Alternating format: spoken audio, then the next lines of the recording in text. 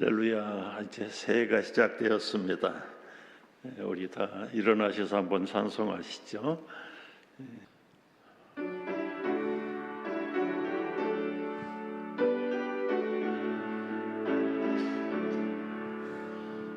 아침에 해가 돋을 때 만물 신선하여라.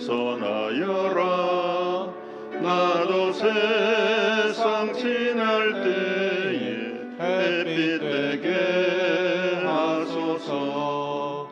주여 나를 도우사 세월호 송 안고서 어두운 세상 지낼 때 햇빛 되게 하소서. 새로 오는 광음을 보람 있게 보내고 주의 일을 행할 때에 햇빛 되게 하소서. 주여 나를 도우사 세월호 송 안고서 어두운 세상 지낼 때 햇빛 되게 하소서. 한 번 가면 안 오는 빠른 광음 보내고 귀한 시간 바쳐서 햇빛 되게 하소서. 주여 나를 도우사 세월호 송 안고서 어두운 세상 지날 때 햇빛 되게 하소서. 밤낮 주를 위하여 몸과 마음을 드리고 주의 사랑 나타내 햇빛 되게 하소서. 주여 나를 도우사 세월호 송 안고서 어두운 세상 지낼 때 햇빛 되게 하소서. 아멘. 김기환 집사님 기도 인도하겠습니다.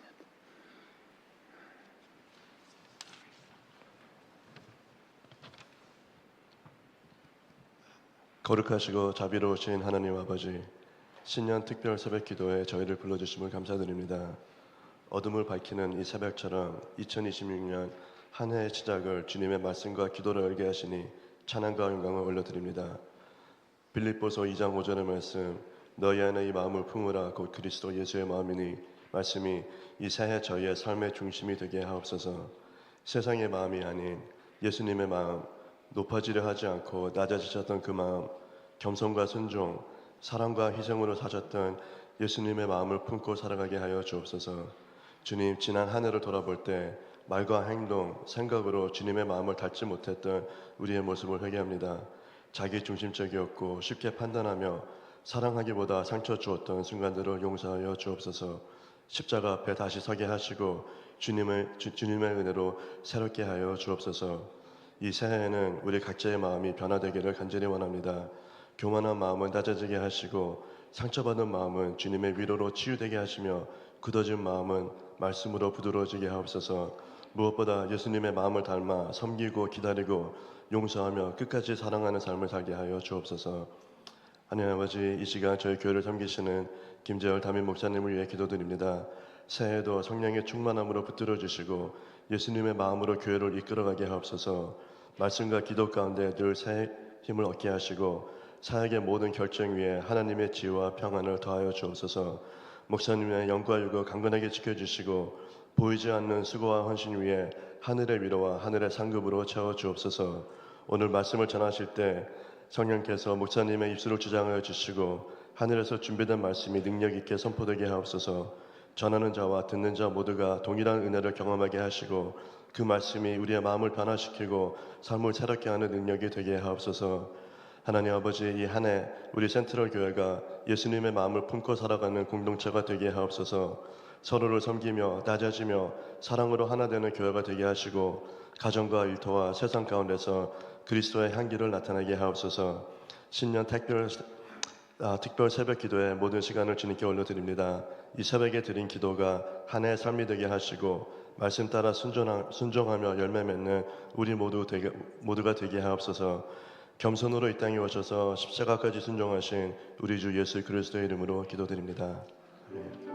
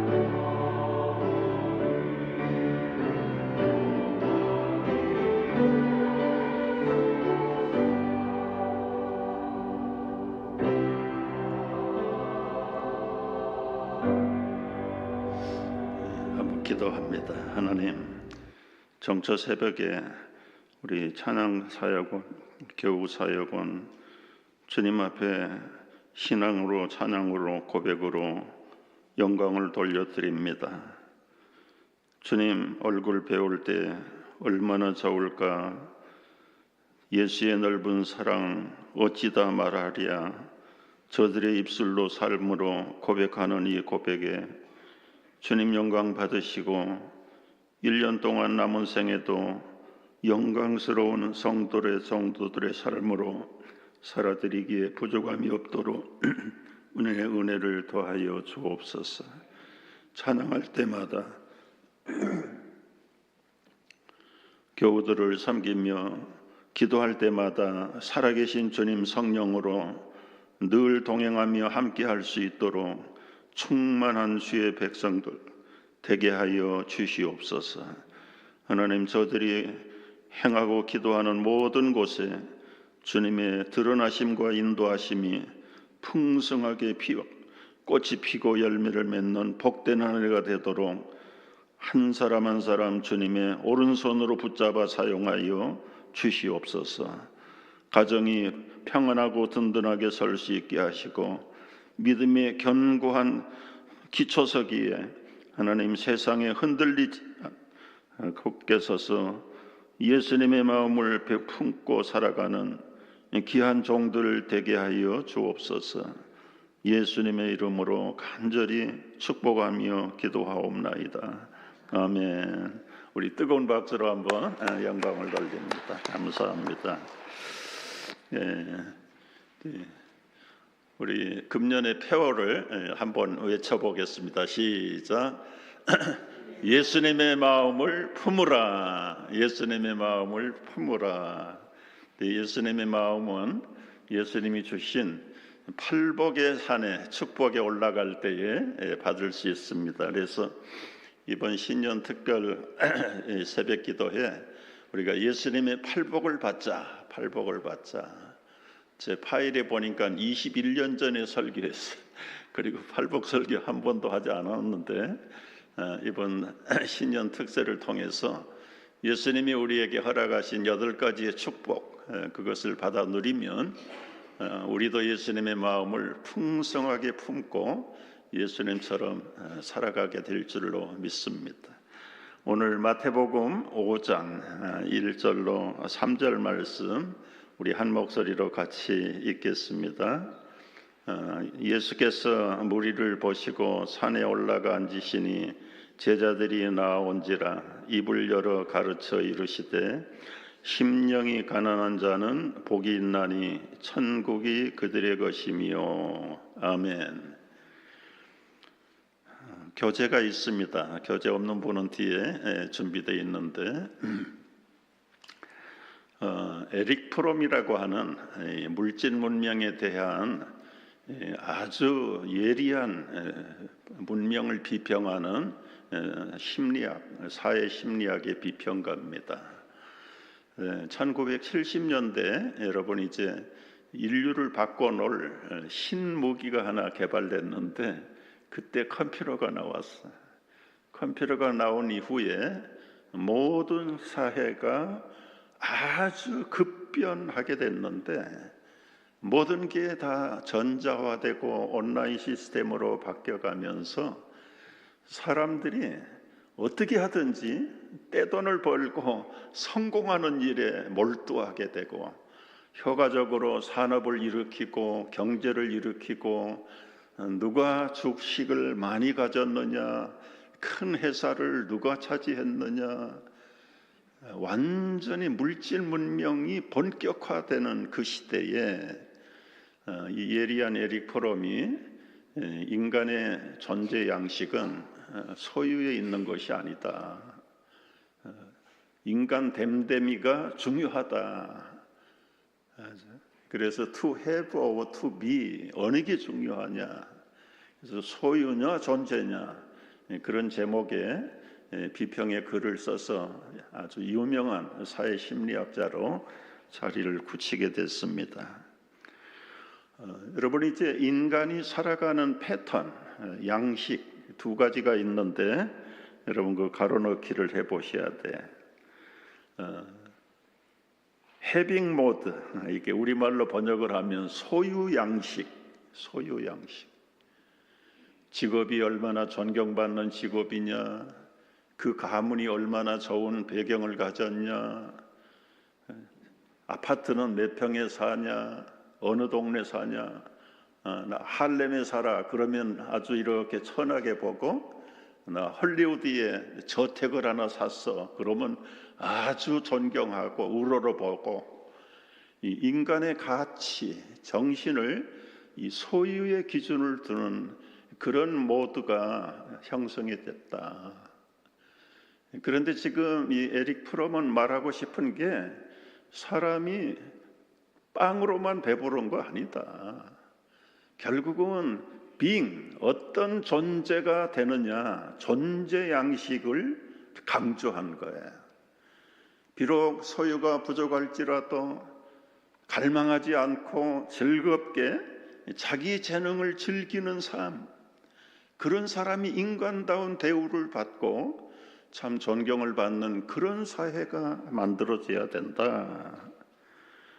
그래서 이 존재 개념을 삶의 방식이 지배하는, 이 소유는 절대로 이 에릭 프롬에 의해서는 그렇게 받아들이지 않다.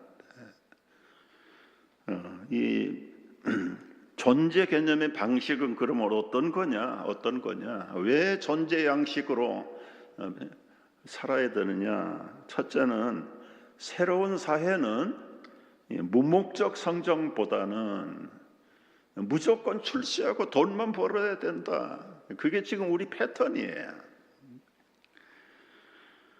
그런 목적이 없는 성장, 부자 되는 것보다는 필요에 의한 선택적 성장을 지향해야 된다.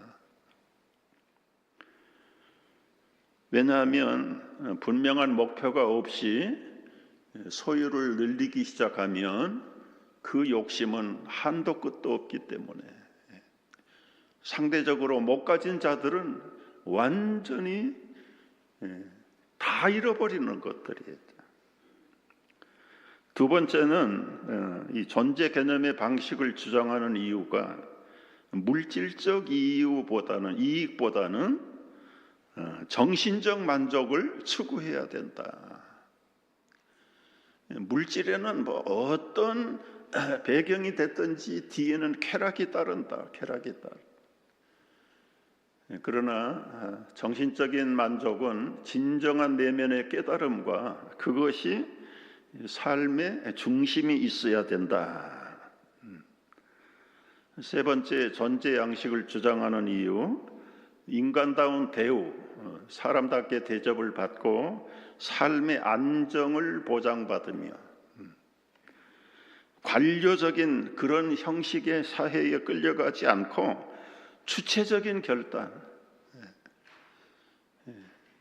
그 삶이 분명한, 목표가 분명한 그런 삶을 살아야 된다. 여러분, 이거 이제 학적인 단어들로 다 번역을 했는데 에릭 프롬의 이 존재 양식의 패턴의 기초는 예수님의 팔복을 번역한 거거든. 예수님의 팔복을 현대 심리학자 언어로 잘 각색을 했어. 여러분, 이 인류 역사를 보면 음악, 미술, 문학, 철학, 사상, 이것은 성경을 떠나서는 위대한 작품이 하나도 없어. 무슨 말씀인지 아시죠? 더더구나 대부분이 유대인 혈통이다. 에릭 프롬도 유대인, 독일계 유대인이. 예수는 믿지 않으면서 성경의 그 사상, 예수님의 그 삶의 가르침을 자기 분야별로, 심리학은 심리학으로, 사회학자는 사회학자로, 문명가는 문명의 비평으로, 그 배후에 보면 전부 다 예수님의, 하나님의 가르침, 성경이 기본 교과서가 됐다. 그래서 인간의 행복의 가치는 이제 이 책이 나오면서 유명한 단어가 뭐냐면, 인간은 투두냐 투비냐, 다른 사람에게 할 것 없이 내 삶의 기본적인 고를 한번 생각을 해봤어. 내가 무엇을 하고 무엇을 얻을 것이고 행동하고 그게 중요하냐, 아니면 내가 무엇이 될 것인가, 어떻게 살 것인가. 이 투두냐 투비, 이 질문은 여러분 평생 우리 자신들 스스로가 하면서 하나님이 원하는 삶이 뭐냐, 예수님이 가르치신 진정한 행복의 개념이 뭐냐. 우리 한국 사람들은 이 복 받는 것, 복에 대한 것이 굉장히 물질적이고 현상적인 겁니다. 현실적인 거예요. 오복 하잖아요. 근데 오복도 원래 오복에서 다 변질됐어. 변질. 장수, 부귀, 심지어는 마누라 복이 있어야 된다. 뭐 자식 복은 말할 것도 없고, 거기다가 이빨이 건강해야 복을 받는다. 그런데 실질적으로 중국의 서경이라는 책에 나오는 오복은 오래 사는 거죠. 부귀, 그 다음에 강령, 평안하게 사는 것, 그 다음에 유호덕, 남들에게 존경을 받고 높임을 받는 삶, 그리고는 고정명, 명대로 살다가 복된 죽음을 맞는 것이 그 중국의 사상에 나오는 오복인데, 한국 사람들은 장수복, 물질의 복, 처복, 자식복, 그 다음에 이빨이 간건해야 복을 받는다. 굉장히 현실적, 물질적으로 복을 다 바꿔버렸다. 그런데 이제 우리도 코리안의 후예인 것은 부정할 길이 없는데, 어느 순간에 우리는 이제는 코리안이기 전에 헤븐리 시리즈 한 천국의 백성이 됐고 예수님의 제자들이 됐다면 하나님 나라의 복의 원리를 우리가 추구해야 된다. 그것이 예수님의 팔복의 기본적인 정신입니다. 여러분, 예수님이 가르친 팔복은 절대로 물질적인 복은 아니에요. 오히려 세상의 복과는 정반대입니다. 성경이 어려울 때 예수님이 어떻게 살았는지, 무엇을 원하는지 모를 때는 그래서 우리 생각하고 반대로 하면 됩니다. 우리 생각. 그래서 이 로이드 존스 목사님이라는 분은 이 팔복을 연구하면 상당히 역설적이고 놀란다. 역설적인 복에 놀란다. 여러분, 오늘 첫째 복이 심령의 가난을부터 시작을 해서 마지막 여덟째 복은 핍박받는 복이에요. 핍박받는 복. 그러니 그게 세상에서는 핍박을 안 받으려고 도망다니는데 예수님의 복은 완전히 반대로 가르치고 있다. 그래서 이것을 받아들이는 사는 진정 우리도 예수님처럼 살 수 있겠지만은 이 복을 제대로 깨닫지 못하고 누리지 못하는 자는 예수님의 복과는 전혀 관계가 없는, 그저 우리의 소유 양식에서 벗어나지 못하고 참 천국의 백성으로서의 존재 양식에는 거리가 멀다. 그런 면에서 오늘 우리가 참 어려운 팔복의 등산 첫 번째 코스를 출발을 해보려고 하는 겁니다. 말씀드린 대로 예수님이 말씀하시는 복은 어떤 것입니까? 뭐든지 물질적이고 물량적인 소유의 많고 적음이 복이라고 말하지 않았고, 사람의 상태에 따라서 그 사람이 어떤 비잉, 어떤 현상, 어떤 상황 속에서 살아가는가 따라서 이 복은 doing보다는 being, doing보다는 being이 행복의 가르침이다. 환경적인 것보다는 영적인 복이다. 영적인 복. 그래서 유머가 있어요. 여러분, 우리 남자들에게 활동적이고 일 잘하는 마리아가 좋습니까? 마르다가 좋습니까? 사색적인 마르다가 좋습니까? 그게 이제 유머 퀴즈인데, 그러면 이 남자들은 이 이중성이 있잖아요.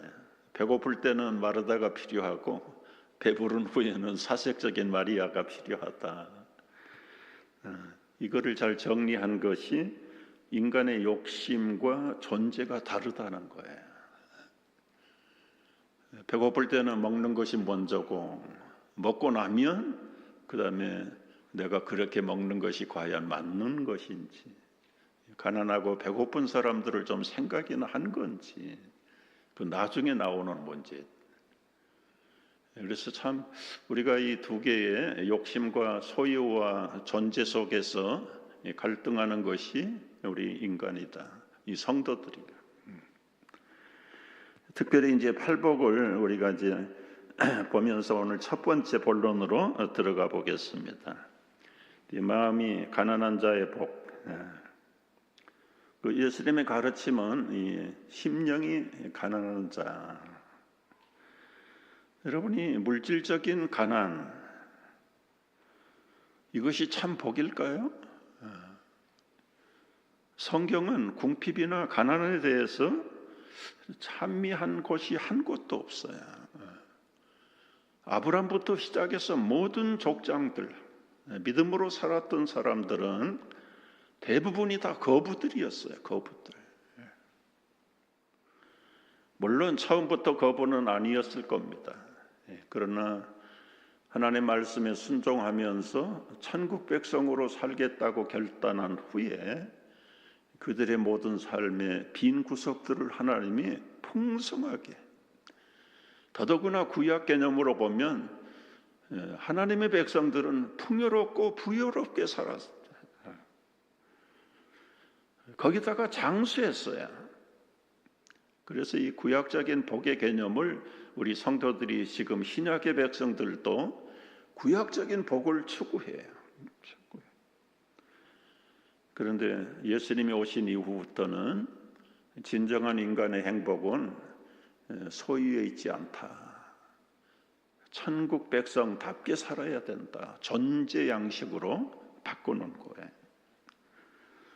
여러분, 가난하다고 다 착하고 아름다워 그렇지 않습니다. 가난한 사람들의 마음이 결코 가난하지 않아요. 왜냐하면 그 가난한 사람들 마음속에는 탐욕이 있어요.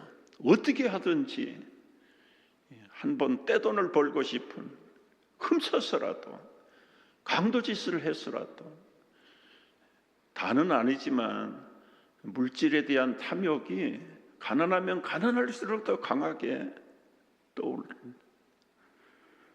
그러니까 가난한 사람들의 마음도 가난하지 않다. 왜냐하면 적대감, 열등감, 부자 되고 싶은 욕망, 그런 것들이 도사리고 있기 때문에.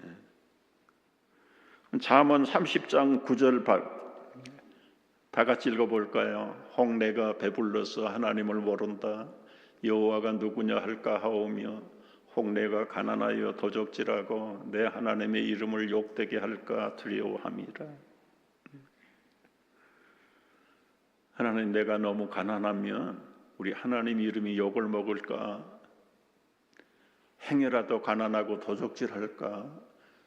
그렇지 않기를 위해서 기도하는 이 잠언의 기도는 참 우리에게 많은 것을 도전해요. 그렇다면 예수님이 심령이 가난하다는 말이 아닌 것. 첫째는 겁쟁이나 소심한 성격이 심령의 가난이 아니다. 이건 굉장히 비활동적인 사람들이 가지고 있는 성격이에요. 겉으로 보기에는 양순하지만은 마음이 가난하다고 그 사람의 속이 다 가난한 마음은 아니다. 착각해서는 안 돼. 우리가 소심한 성격이 가난하다, 그거 아니에요. 비활동적으로 활동을 충분히 못한 것이 가난의 특징이다, 그것도 아니에요. 천성적으로 가난한 마음을 타고난 것도, 그것도 예수님이 말하는 가난은 아니다. 두 번째는 인격적인 절제, 극기, 이것이 심령의 가난이 아니다. 여러분, 사람이 절제하고 극기를 참고 참다가 터질 때는 엄청난 큰 사고를 칩니다. 아주 폭발을 해버리는 경우들이 있죠. 그것이 가난을 말하는 것은 아니다. 인간적인 겸손, 그것도 심령의 가난이 아니다. 이 겸손은 뭐냐? 이중적인 표상에 불과한 것이다. 마음 속으로는 생각이 그렇지만 나타나고 표현하는 게 달라요. 근데 보통 사람들은 인위적인 겸손을 잘 분별을 못해. 겉과 속이 달라요. 또한 지식이 많아서 겸손해졌다. 여러분, 그것은 지식이 많아서, 아는 것이 많아서 내가 함부로 말할 수 없다. 근데 너무 지식을 많이 대하다 보니까 상대적으로 내게 없는 거예요. 움츠리는 거예요. 움츠리는 것.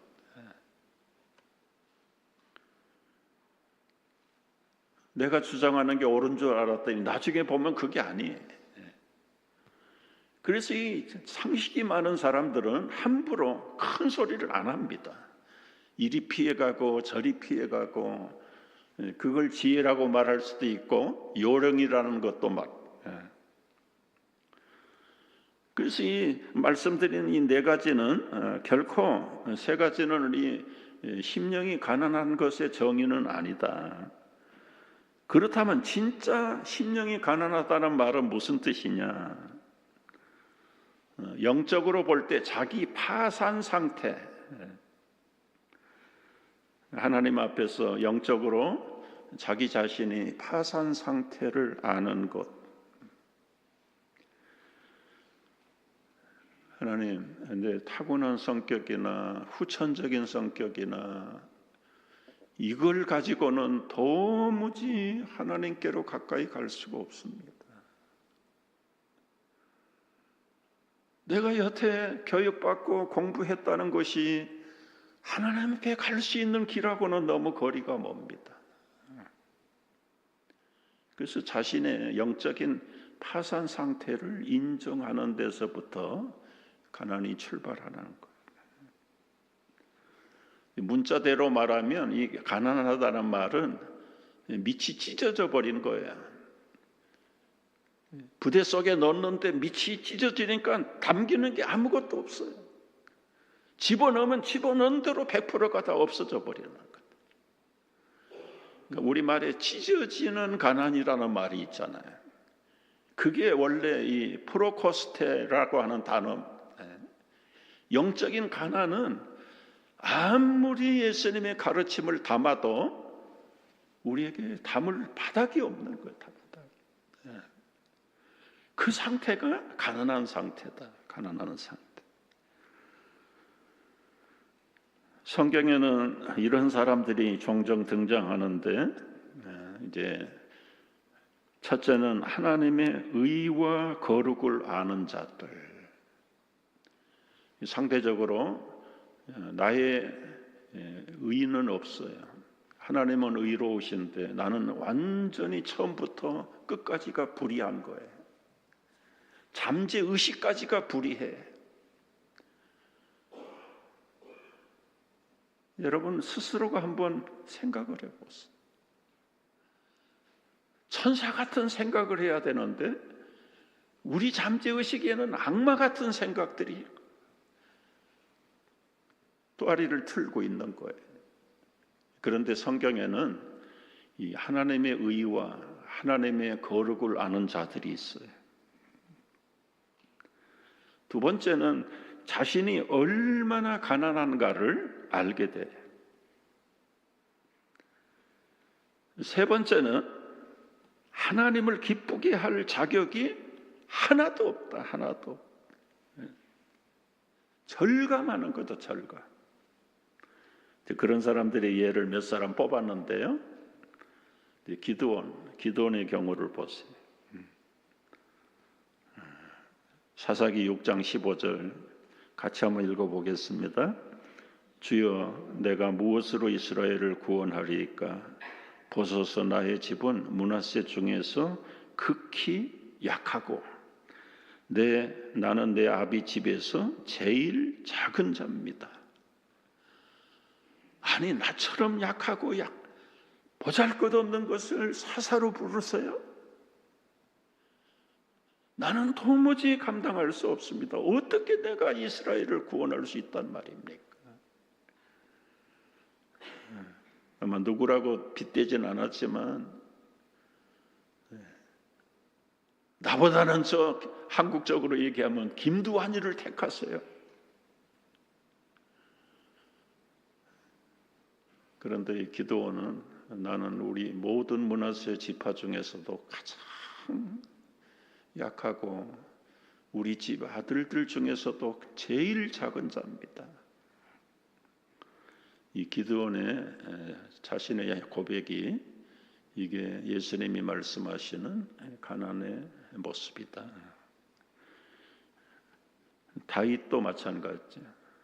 주여 사람이 무엇이간데 주께서 저를 권고하시나이까. 보잘것없는 양치기. 내가 무엇이간데 하나님이 권고하십니까?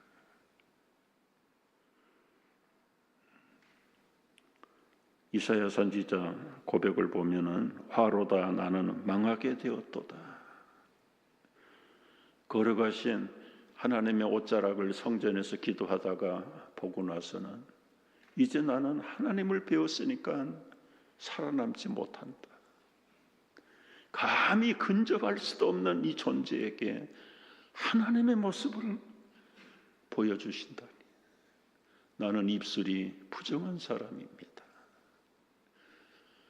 부정한 백성 중에 거하면서 만군의 여호와이신 왕을 배웠으니 나는 이제는 도대체 살아남을 자격이 없습니다. 베드로 역시 주여 나를 떠나소서 나는 죄인이로소이다.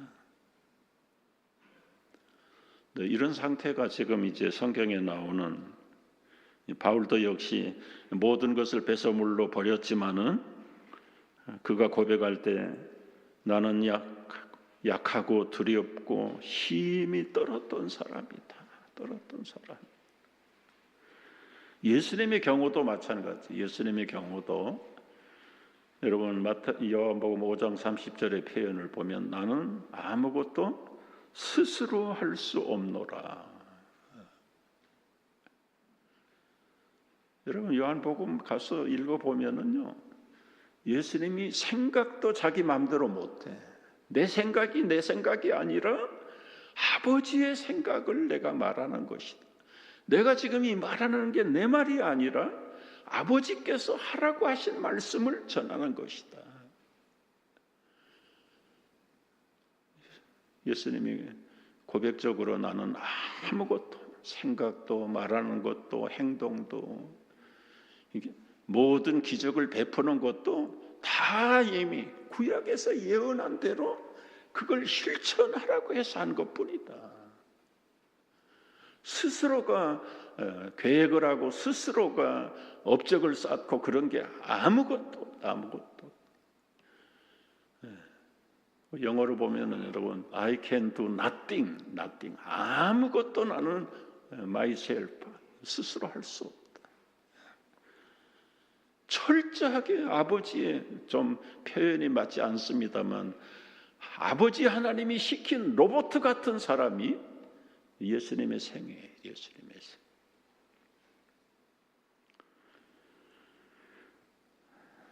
주님을 만날 만한 사람들은 어떤 상태에 있는 사람들인가? 첫 번째는 마음이 가난하지 않고는 결코 주님을 만날 수 없다. 여러분 바리새인과 세리의 비유를 보십시오.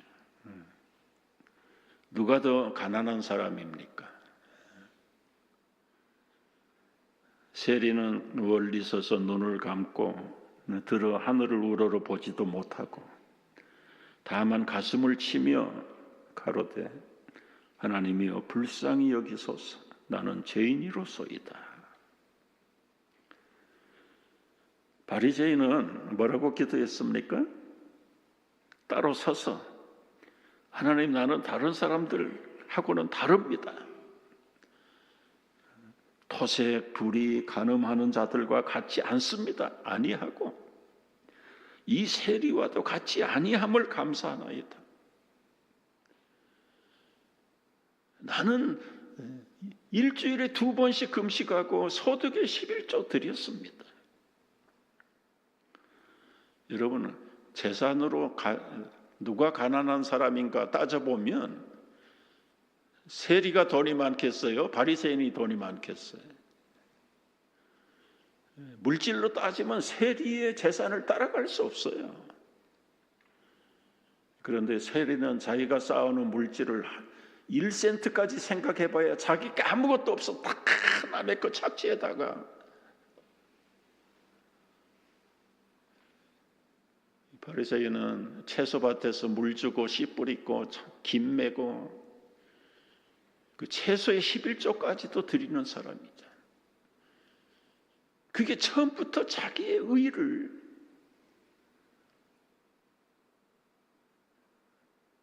하나님이 보실 때는 세리가 고백한 대로 나는 죄인입니다. 모든 것이 죄입니다. 내가 입고 있는 이 옷도 우리 가문에 쌓아놓은 재산도 다 가난한 사람들의 혈세를 긁어다가 자기 자신을 볼 때는 아무것도 자기 가진 것이 없는 거예요. 다 남의 것이고 하나님 앞에 얼굴을 들지 못하는 그 본질적인 가난, 하나님 앞에서의 가난, 이것이 예수님이 말씀하시는 심령이 가난한 자라.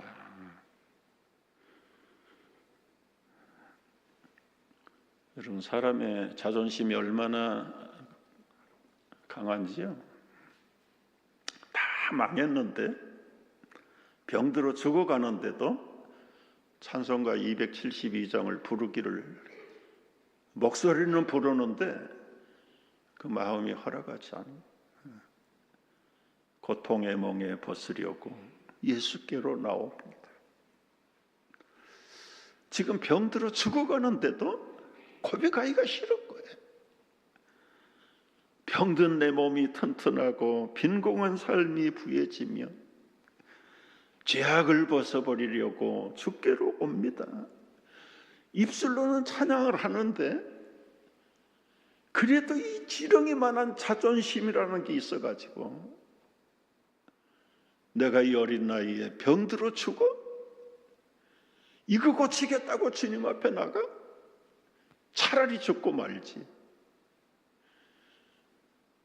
제 자신의 이중성을 저는 20살 때 경험을 해봤어요.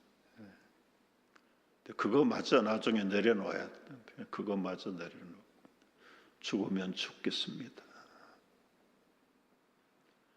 그때서야 주님의 평안이 서서히 빛나기 시작. 사람들은 자기 실패를 인정하기 싫어합니다. 자기의 영적인, 정신적인 가난을 받아들이려고 하지 않습니다. 그러면 나는 패배자가 되는 것 같아요. 낙오자가 되는 것 같아요. 그래도 나는 자존심이라는 게 있잖아. 그건 아직도 깨어지지 않는 상태. 물을 쏟으면 물 한 방울도 담을 곳이 없는 밑바닥에 다 찢어져 버린 그 영적인 상태가 심령이 가난한 사람의, 그런 사람의 무슨 고집이 있겠어요? 목소리가 크겠어요? 하나님 앞에서 나는 nothing, 아무것도 할 수 없는 사람. 사람들 앞에서는 또 다른 모습으로 나타난다는 것은 그 이중성이죠. 이중성. 우리 예수님은 물리적으로 우리를 변화시키지 않아. 입을 열어 가르쳐 이르되, 그 예수님이 조용조용하게 말씀하신 그 말씀이 나의 심령을 깨우고 나의 영혼을 찔러 쪼개는 그 말씀으로 받지 않으면 우리는 결코 가난을 알지 못한, 우리가 예수님의 마음을 어떻게 품을 것입니까? 영적인 가난, 나는 파산한 상태다. 아무에게도 아무 일을 할 수 없는, 주님의 도움이 없이는, 주님의 인도하심이 없이는 나는 아무것도 할 수 없다. 찬송가가 그때그때마다 다 은혜롭게 와닿는 것들이 다 다르긴 하지만, 우리 방송에서 가끔 이제 크루세이더 하고 예수님 영접할 때 나오십시오 나오십시오 할 때 부르는 찬송, 그 큰 죄에 빠진 날 위해 주 보혈 흘려주시고 또 나오라 하시니 주께로 거저갑니다. 얼마나 참 모든 것을 내려놓고 다른 사람이 아니라 내가 큰 죄에 빠져서 허우적거리고 도저히 구원함을 받을 수 없을 때 주님이 보혈을 나 대신 흘려주시고 나를 오라고 하시니 내가 이제 주님의 손을 붙잡습니다. 이것이 우리의 가난의 절정의 상태입니다. 여러분 착각하지 마세요. 가난은 비굴하게 사는 것이 아니에요. 가난은 이중적인 성격으로 사는 것이 아니에요. 우리의 심령 자체가 나는 의지할 것이 아무것도 없고 상대적으로 오히려 주님의 능력만이, 주님의 은혜만이, 주님의 감사만이 나의 존재의 이유다. 이것을 붙잡고 생각으로만 아니라 크고 작은 일에 가난한 그 심령이 언제나 드러나도록 겸비하지만은 비천하지 않게 아무것도 없지만 다 가진 것처럼 우리는 할 수 없고 나는 할 수 없지만 하나님은, 예수님은, 성령께서는 모든 것을 창조하셨고 통치하시고 심판하시는 하나님이시다. 그 마음을 품고 나가는 자들이 예수님의 마음을 품을 수 있게 될 것입니다. 여러분 이제 이런 자들에게는 천국을 선물로 주십니다. 결론, 천국은 어떤 곳이냐? 하나님의 통치와 다스림을 뜻하는 것입니다. 크고 작은 모든 일에 하나님의 통치와 다스림을 받고 쏟아놓고, 마치 표현이 우습습니다마는 내 생각은 없고 컨트롤러가 움직이는 로봇처럼 하나님의 뜻대로, 하나님이 기뻐하시는 대로 다스리고 통치받고 살아가는 예수님의 마음을 품는 우리 성도들 되시기를 주의 이름으로 축복합니다. 우리 찬송 하나 부르겠습니다.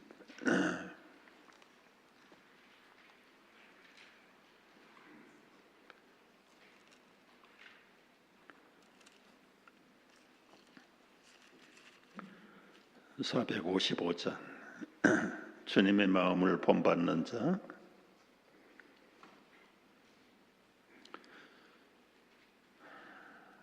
(455장) 주님의 마음을 본받는 자.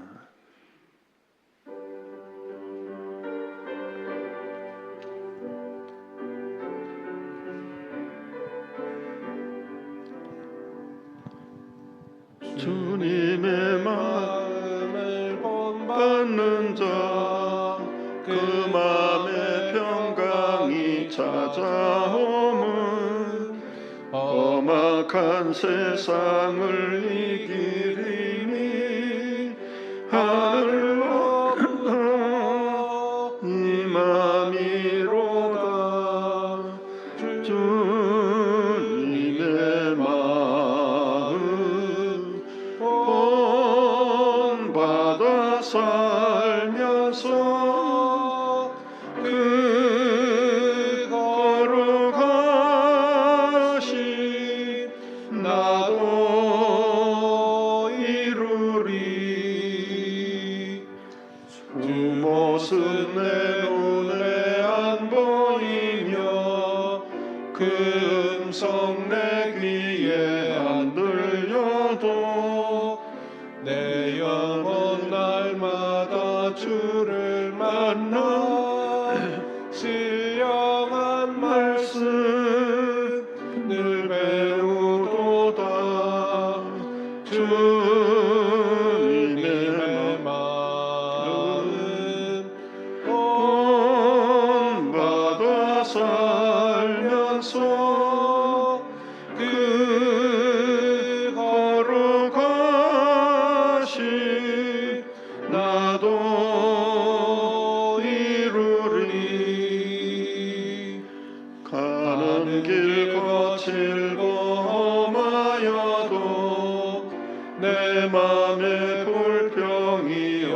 졌짐은 십자가 고난을 이겨내신 주님의 마음 본받음이라.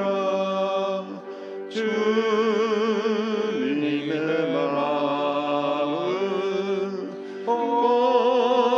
본받아 살면서 그 거룩하신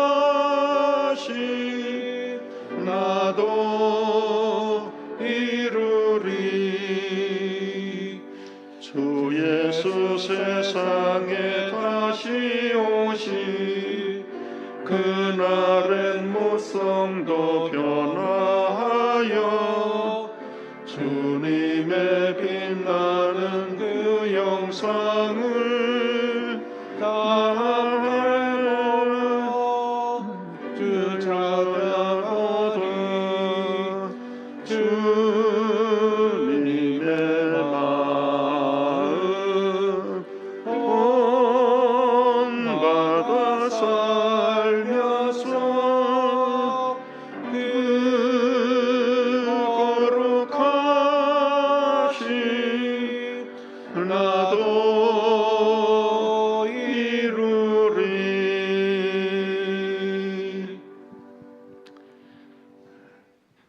인간의 흥망성쇠를 통치하시고 주관하시는 하나님, 우리에게 2026년 한 해를 출발할 수 있도록 새해를 주신 것을 감사합니다.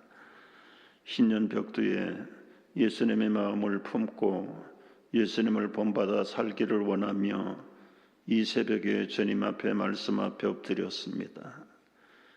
주신 말씀대로 이 세대를 본받지 말고 오직 마음을 새롭게 하여 변화를 받아 하나님의 선하시고 기뻐하시고 온전하신 뜻이 무엇인지 분별하는 이 새벽 신년 특세 훈련에 성령님 말씀으로 주관하여 주시옵소서. 심령이 가난한 자 복이 있다고 말씀하셨는데 하나님 소유 양식 속에 살아가는 우리 성도들 분별하게 하시고 때로는 외로울지라도 주님 찾는 자가 작을지라도 존재 양식 속에 살아가는 주님 앞에 잘했다 칭찬받는 신실한 축복의 산에 오르는 귀한 거룩한 성도들로 우뚝우뚝 서는 새해가 되도록 주관하여 주시옵소서. 이 시간 주시는 심령의 가난한 평안한 마음들 우리 주님 앞에서 새롭게 채워지는 놀라운 역사를 경험하고 체험할 수 있도록 성령이여 우리를 새롭게 빚어 주시옵소서. 이 시간도 한 해를 내다보며 우리의 모든 믿음의 삶 속에 해야 할 일과 하지 말아야 될 일을 분별하게 하시고 사명이라면 은혜라면 사랑이라면 하나님 목숨 내놓고도 감당할 수 있는 하나님의 거룩한 부유한 백성들로 든든하게 세움받는 놀라운 한 해가 되도록 우리를 움켜잡으시고 주장하여 주시옵소서. 마음의 소원을 가지되 우리의 소원이 아니라 주님의 소원이 우리의 소원이 되도록 이 시간도 성령으로 역사하여 주시옵소서. 이제 우리를 위해 구원하시고 축복의 산을 예비하신 예수님의 이름으로 간절히 기도하고 부르짖을 때 주님 서신 그 등산에 축복의 산에 우리도 함께 동참하고 서는 그날을 속히 허락하여 주시옵소서. 예수님의 이름으로 간절히 축복하며 기도하옵나이다. 아멘. 우리 시간 말씀으로 또 한번 기도하고 이제 자유롭게 돌아갈 터인데 이제 내일 또 하나님 마지막 주말입니다. 첫 주말입니다. 우리 하나님 우리 온 성도들 신년맞이 믿음으로 깨어서 감당할 수 있도록 우리 한번 통성으로 기도하면서 자유롭게 기도합니다. 할렐루야. 하나님 아버지 예수님의 마음을 품기를 원합니다.